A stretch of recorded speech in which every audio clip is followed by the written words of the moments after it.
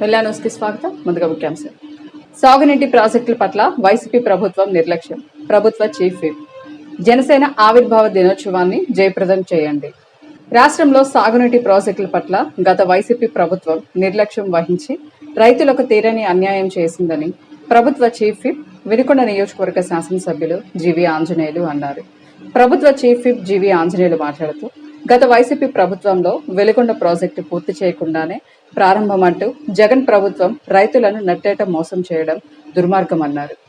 నదుల అనుసంధానంతో రాష్ట్రమంతా సస్యశ్యామలం చేయాలనే లక్ష్యంగా ఈనాడు రాష్ట్ర ముఖ్యమంత్రి చంద్రబాబు నాయుడు కృషి చేస్తున్నారని అన్నారు.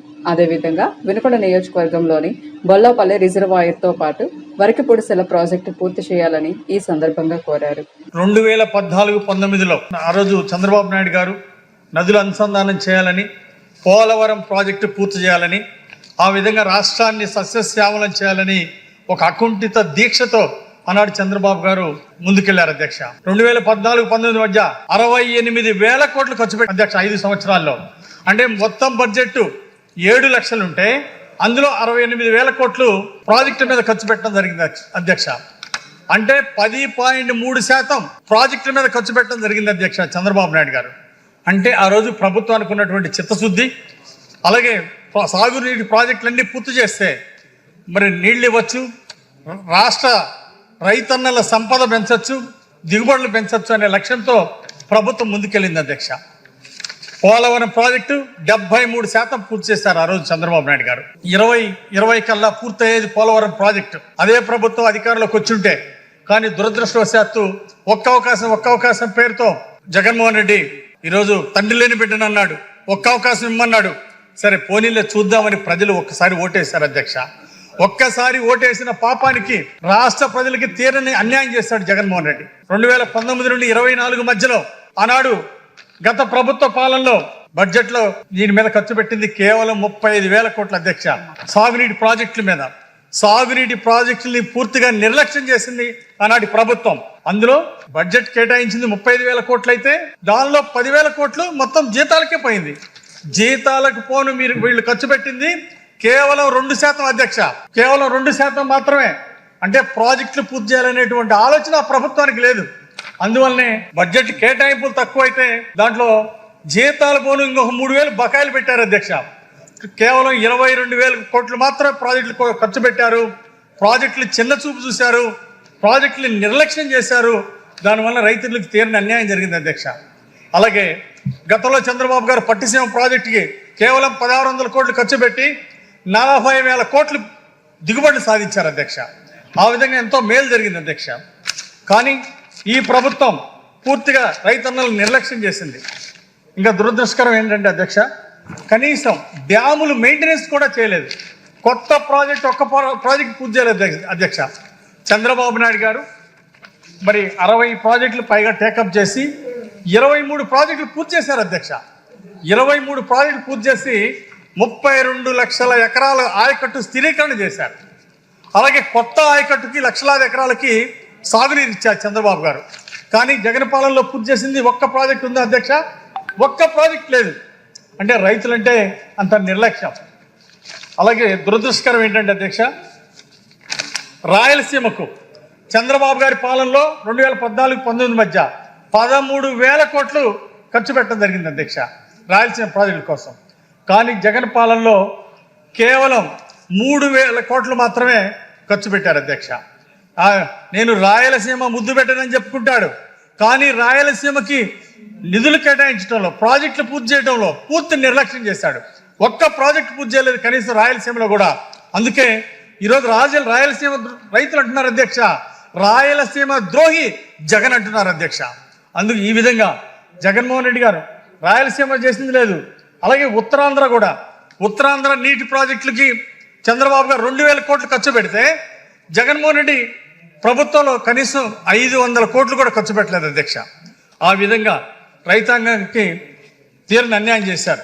ఒక్క ఛాన్స్ పేరుతో అధికారంలోకి వచ్చినటువంటి ఆయన ఒక్క ఛాన్స్ ఇస్తే ఏపీకి జలకళ తెస్తానన్న నమ్మబలికిన జగను మాటల్ని ఇటుకలుగా పేర్చాడు, హామీల్ని సిమెంట్గా పూసి జలయజ్ఞాన్ని నీరుగార్చాడు అధ్యక్ష. ఈరోజు జలయజ్ఞాన్ని నీరుగార్చి ఒక్క ప్రాజెక్టు పూర్తి చేయకుండా అలాగే పోలవరం ప్రాజెక్టులో ఆ రోజు చంద్రబాబు గారు 73% పూర్తి చేసి కాపర్ డ్యామ్ నిర్మాణం 80% పూర్తయింది అధ్యక్ష. అలాగే దాన్ని ఇంకా 20% పూర్తి కావాల్సి వస్తే రివర్స్ టెండరింగ్ పేరుతో జగన్ పాలన వచ్చినాక 18 నెలలు కాలయాపన చేశారు, ఒక్క పని చేయలేదు. అలాగే రీటెండరింగ్ పేరుతోటి కాలయాపన చేయడం వలన ప్రాజెక్ట్ కాస్ట్ విపరీతంగా పెరిగిపోయింది. దానికి కారణ బాధ్యులు ఎవరు? అలాగే 2 సార్లు వరదలు వచ్చినందువలన ఆ డ్యామ్ పూర్తిగా 20% మిగిలి ఉన్నందువలన అక్కడ నీళ్ళు వెళ్ళి వరదలు వచ్చినప్పుడు ఆ డ్యామ్ అంతా కొంత దెబ్బతింది అధ్యక్ష. దానివల్ల చాలా నష్టపోయాం. ఈరోజు ఆ డ్యామ్ పూర్తి చేయడానికి ఖర్చు పెరిగింది. పోలవరం డ్యామ్ పూర్తి చేయడానికి దానికి బాధ్యులు ఎవరు అధ్యక్ష? మరి గత పాలకులు చేసినటువంటి తప్పుకి ఈరోజు రైతులు మూల్యం చెల్లించారు, ప్రజలు మూల్యం చెల్లించారు. ఈరోజు కేవలం ఆ డ్యామ్ కట్టడం కోసం ఈరోజు 3,000 కోట్లు ఖర్చు అవుతుంది అధ్యక్ష. కొత్తగా 1,000 కోట్లు ఆ డ్యామ్ కట్టడానికి, కాపర్ డ్యామ్ పక్కన ఉన్నటువంటి డ్యాముని కట్టడానికి 1,000 కోట్లు ఖర్చు అవుతుంది అధ్యక్ష.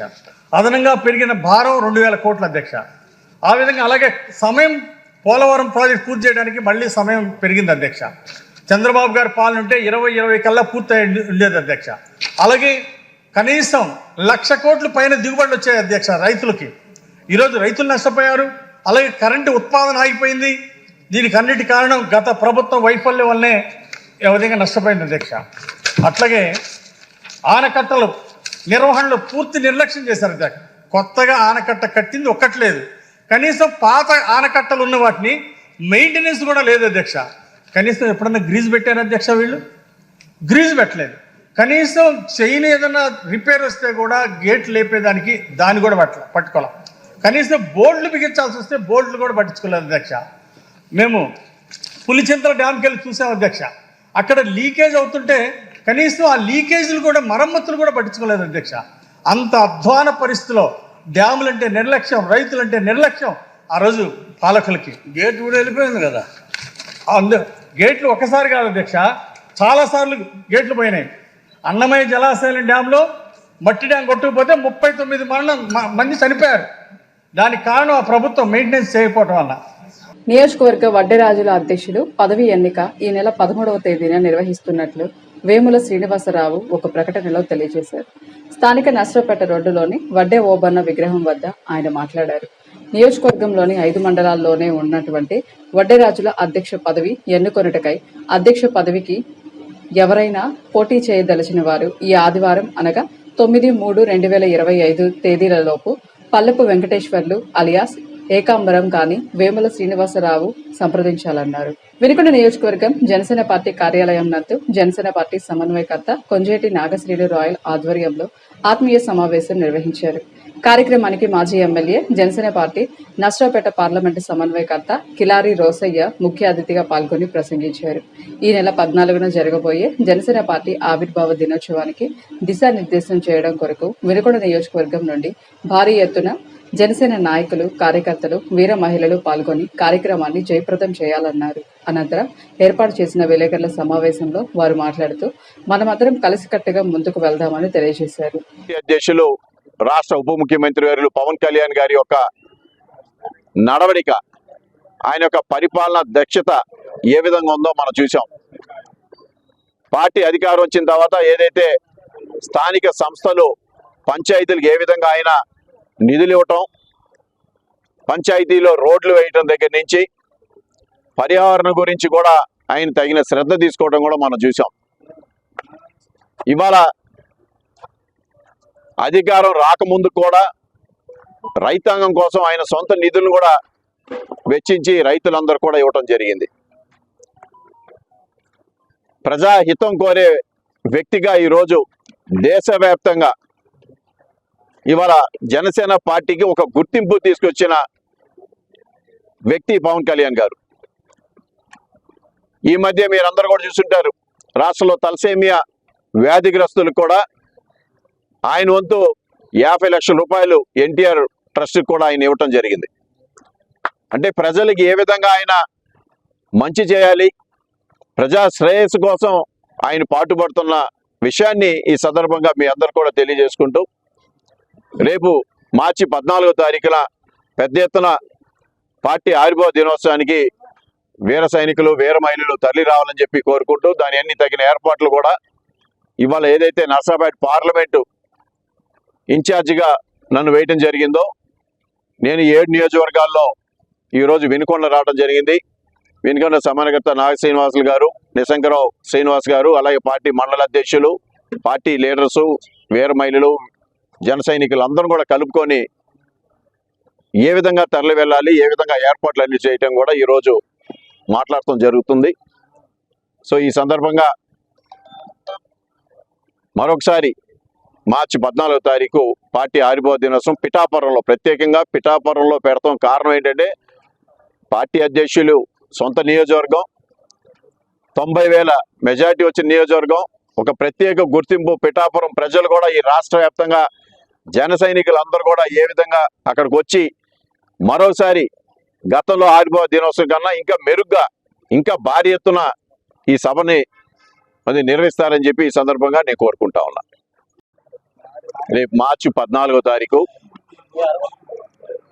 జనసేన పార్టీ ఆవిర్భావ దినోత్సవం పిఠాపురంలో మార్చి 14వ తారీఖు పెద్ద ఎత్తున చేయటం జరుగుతూ ఉంది. ఆ ఒక సభకి రాష్ట్ర నలుమూలల నుంచి, అన్ని నియోజకవర్గాల నుంచి కూడా పెద్ద ఎత్తున జన సైనికులు కానీ వీర మహిళలు కూడా రావడానికి చాలా ఉత్సాహం చూపిస్తూ ఉన్నారు. ఆ ఒక కార్యక్రమం విజయవంతం చేయడానికి రాష్ట్రంలో అన్ని నియోజకవర్గాలు సమన్వయకర్తలు కానీ పార్టీ లీడర్స్ అందరూ కూడా సమాయత్తం చేసి ఆ ఒక సభకి తరలి రావడానికి కోసం అన్ని ఏర్పాట్లు కూడా పెద్ద ఎత్తున చేయడం జరుగుతూ ఉంది. కాబట్టి ఈ యొక్క పార్టీ ఆవిర్భావ దినోత్సవానికి జనసేన పార్టీ జన సైనికులు వీర మహిళలు అందరూ కూడా పెద్ద ఎత్తున తరలి రావాలని చెప్పి ఈ సందర్భంగా మేము కోరుతా ఉన్నాం. అందరికీ నా హృదయపూర్వక నమస్కారాలు తెలుపుకుంటూ, రేపు 14 మార్చి 14 అంటే మనకి పండగ రోజు. 12 సంవత్సరాల నుంచి మనకు పండగ రోజు, మన పుట్టినరోజుల కన్నా ఇంపార్టెంట్ ఏంటంటే మార్చి 14వ తారీఖు. ఎందుకంటే జనసేన పార్టీ ఆవిర్భవించిన రోజు అది. అదిగాక రేపు పిఠాపురం మనకి 175 నియోజకవర్గాల్లో ఇంపార్టెంట్ నియోజకవర్గం ఏంటంటే మన నియోజకవర్గం కూడా మర్చిపోయాం, పిఠాపురమే. ఎందుకంటే మన పవన్ కళ్యాణ్ గారిని అంత మెజార్టీతో గెలిపించిన పిఠాపురంలో ఈ ఆవిర్భావ దినోత్సవం జరగడం చాలా సంతోషకరం. అలాగే వినుకొండ నుంచి 2016లోనే దరిదాపు 50 కార్లతో మనం పోయాం. అధికారం లేదు, ఏమీ ఒక ఎమ్మెల్యే లేడు, ఒక సర్పంచ్ లేని రోజులండి. ఈ రోజున మన పార్టీ అధికారంలో ఉంది. వినుకొండ నుంచి గుంటూరు జిల్లాలో ఎప్పుడు వినుకొండ ముందులే ఉంటుంది. ఏ విషయానికైనా సరే, జనాల సమీకరణ సరే, ఏదైనా మీటింగ్లకి జనాలు తీసుకురావాలన్నా సరే వినుకొండ ఉంటుంది. ఈ ఆవిర్భావ దినోత్సవానికి వినుకొండ దరిదాపు ప్రతి ఊరు నుంచి కూడా 2 కార్లు రావాల్సిందిగా కోరుచు, మీకు కావాల్సిన ఏర్పాట్లు అయితే మన జన సైనికులకి ముఖ్యంగా చెప్తున్నా, మీరు ఉత్సాహంగా బండ్ల మీద మాత్రం అయితే పోవద్దు. మీకు మేము వెహికల్ అరేంజ్ చేస్తాం, బండ్లు మాత్రం తప్పు. ఎందుకంటే 350 కిలోమీటర్లు ఇది ఉంది. 2 వీలర్ల మీద వద్దు. మీకు కావాల్సిన ఏర్పాట్లన్నీ మేము చేస్తాము. మన కిలా రాజశేఖర్ గారి ఆధ్వర్యంలో మీకు ఎలా చేయాలి, ఎలా చేస్తాం, ఎక్కడ భోజనం ఏర్పాటు చేస్తాం కూడా చెప్తాము. వినుకొండ నియోజకవర్గం నుంచి మన కార్యకర్తలు అందరూ కూడా ఇప్పటికే ఉత్సాహంగా ఫోన్లు చేస్తున్నారు. అత్యధికంగా మనం బయలుదేరాలి. మీరందరికీ కావాల్సిన ఏర్పాట్లు చేస్తామని తెలియపరుచుకుంటూ సెలవు తీసుకుంటున్నాను. మీడియా మిత్రులందరికీ నమస్కారం. జనసేన పార్టీ అధ్యక్షులు, పిఠాపురం శాసనసభ్యులు, మన ప్రీతం నాయకులు శ్రీ కొణిదెల పవన్ కళ్యాణ్ గారి సొంత నియోజకవర్గంలో 12వ జనసేన పార్టీ ఆవిర్భావ దినోత్సవ వేడుకలు జరుపుకోవడం మా అదృష్టంగా భావిస్తూ ఉన్నాం. ఈ యొక్క సమావేశం విజయవంతం అవడానికి, ఎందుకంటే 10 నుంచి 15 లక్షలు పవన్ కళ్యాణ్ గారి అభిమానులు, జనసేన పార్టీ నాయకులు, మెగాభిమానులు వస్తారని చెప్పి ఒక అంచనా ఉంది. ఆ అంచనాలకు తగ్గట్టుగా మరి పల్నాడు జిల్లాలో జనసేన పార్టీ శ్రేణులు సమావేశం చేయాలి, ఉత్సాహపరచాలి, సమన్వయం చేసుకోవాలనే ఉద్దేశంతో ఒక సమర్థవంతమైన నాయకుడిని మీరు చూశారు. ఇందాక చెప్పారు, పొన్నూరులో ఈయన శాసనసభ్యులు చేసినప్పుడే చాలా చోట్ల ఎంక్వైరీ చేశా. ఈయన వీళ్ళు జనసేన, ఈయన తెలుగుదేశం, వీళ్ళు వైఎస్ఆర్ అని చూడాల. న్యాయంగా వీళ్ళకి జరగాల్సి ఉంటే న్యాయమైన అభివృద్ధి కార్యక్రమాలు ఇచ్చారు. సమర్థవంతమైన నాయకుడు గుర్తింపు పొందాడు. అందరినీ సమన్వయం చేసుకోవడం కోసం ఒక సమర్థవంతమైన నాయకుడిని మా పల్నాడు జిల్లాకి ఇన్ఛార్జిగా ఇచ్చినందుకు పవన్ కళ్యాణ్ గారికి ప్రత్యేక అభినందనలు తెలియజేస్తాం. వివాదరహితుడు, అందరినీ సమన్వయం చేసుకోవటం, చాలా నిదానస్తుడు. అటువంటి వ్యక్తి మాకు రావడం చాలా అదృష్టంగా భావిస్తా ఉన్నాం. మేము అధికారంలో లేకముందే ఇప్పటంలో కానీ చివరిసారి జరిగిన వారాహి ద్వారా మచిలీపట్నం మీటింగ్ అని చెప్పాను, కొన్ని లక్షల మంది వచ్చాం. మరి అలాంటిది అధికారంలో లేనప్పుడే ఇంత భారీగా చేసినప్పుడు ఈరోజు కూటమి యొక్క ఘన విజయంలో కీలక పాత్ర పోషించిన పార్టీ జనసేన పార్టీ అధ్యక్షులు కళ్యాణ్ గారు. మరి కూటమిలో 2 ఎమ్మెల్యేలు, అదేవిధంగా 23 ఎంపీ స్థానం, 21 ఎమ్మెల్యే స్థానాలు ఉన్నాయి. ఇటువంటి ఈ సందర్భంలో రేపు జరగబోయే 12వ ఆవిర్భావ సభకి పల్నాడు జిల్లాలోనే మేము రోసయ్య గారికి హామీ ఇస్తా ఉన్నాం. ఉన్న 7 నియోజకవర్గాల్లో వినుకొండ నియోజకవర్గంలో మీరు అద్భుతంగా సమన్వయంగా పనిచేశారు. జనసేన పార్టీ శ్రేణులకి దిశానిర్దేశం చేశారు, మంచి జన సమీకరణ చేశారు. శభాష్ అని రోసయ్య గారి చేత అనిపించుకునే విధంగా రేపటి నుంచి మా కార్యాచరణ ఉంటుంది. దానికి సంబంధించిన అన్ని ఏర్పాట్లు, అక్కడ సంబంధించిన భోజన సదుపాయాలు కానీ, రవాణా సౌకర్యాలు కానీ, ఎక్కడెక్కడ ఎలా వెళ్ళాలి, ఎల్లింటి బయలుదేరి మొత్తం మనకి ఇన్ఛార్జిగా చెప్తారు. కాబట్టి ఇప్పుడు కూడా ఇక్కడ నుంచి ఇదే వేదిక నుంచి మనం వినుకొండ నియోజకవర్గ జనసేన పార్టీ శ్రేణులకి పిలుపునిస్తా ఉన్నాం.